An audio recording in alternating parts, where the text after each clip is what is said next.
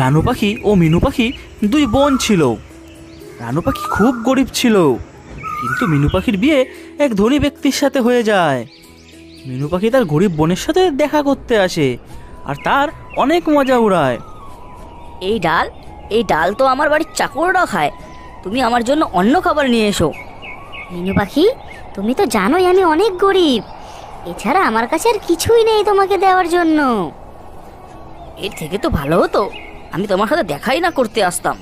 কি বাজে গন্ধ আসছে তোমার ঘর থেকে, এত ঠান্ডায় তোমার ঘরে একটা হিটার অবধি নেই। আমার ঘরে তো তিনটে হিটার, আমি তো সারা রাত হিটার অন করেই ঘুমাই। আমি আগুন জ্বালিয়ে দিচ্ছি বোন, যদি তোমার ঠান্ডা লাগে।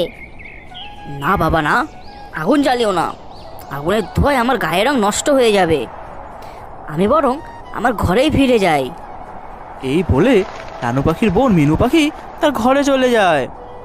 হে ভগবান, না জানি আমার দিন কবে ফিরবে। আজ তো আমার নিজের বোনও আমার মজা উড়িয়ে গেল।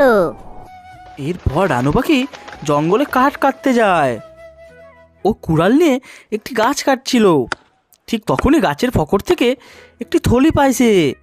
সে থলিটা খুলে দেখে তার ভেতরে তো অনেক সোনার মুদ্রা ছিল। শুনেছে, আজ ভগবান আমার কথা শুনেছে, এবার আমারও গরিবি দূর হয়ে যাবে। আমিও এবার আমার ঘরে গরম হিটার লাগাবো আর ভালো ভালো খাবার খাবো। এরপর ওই পাখি নিজের জন্য একটা সুন্দর ঘর বানায় আর ঘরে নিজের দরকারের সমস্ত জিনিস কিনে নেয়। কিছুদিন পর ওর বড়লোক বোনের ঘর ভেঙে যায়, তার সমস্ত জিনিস ঘরের নিচেই চাপা পড়ে যায়। ও তখন অসহায় হয়ে কাকের কাছে আসে। কাক কাক, আমার ঘর ভেঙে গেছে, আমাকে তোমার ঘরে আসতে দাও। চলো চলো, ভাগো এখান থেকে, না চেনা না যে শোনা, কোথা থেকে চলে এসছে মুকুটি আমার ঘরে থাকতে। মিনু পাখি এবার কান্না করতে করতে পায়রার কাছে আসে। পায়রা ভাই, আমাকে তোমার ঘরে থাকতে দাও, বাইরে আমার অনেক ঠান্ডা লাগছে। না মিনু পাখি, আমার ঘরে তো আমার বোন শুয়ে আছে, তুমি অন্য কোথাও যাও। বোনের কথা শুনে মিনু পাখির তার গরিব বোনের কথা মনে আসে।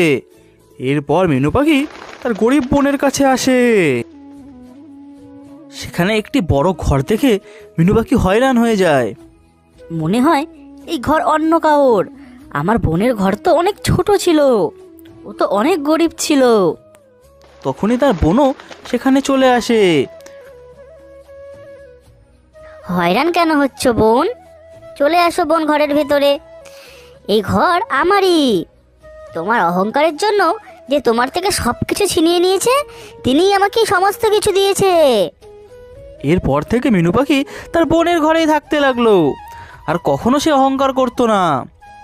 প্রিয় বন্ধুরা, এই কাহিনী থেকে আমরা এই শিক্ষা পাই যে অহংকার আর দাম্ভিকতা সর্বদাই পতন ডেকে আনে।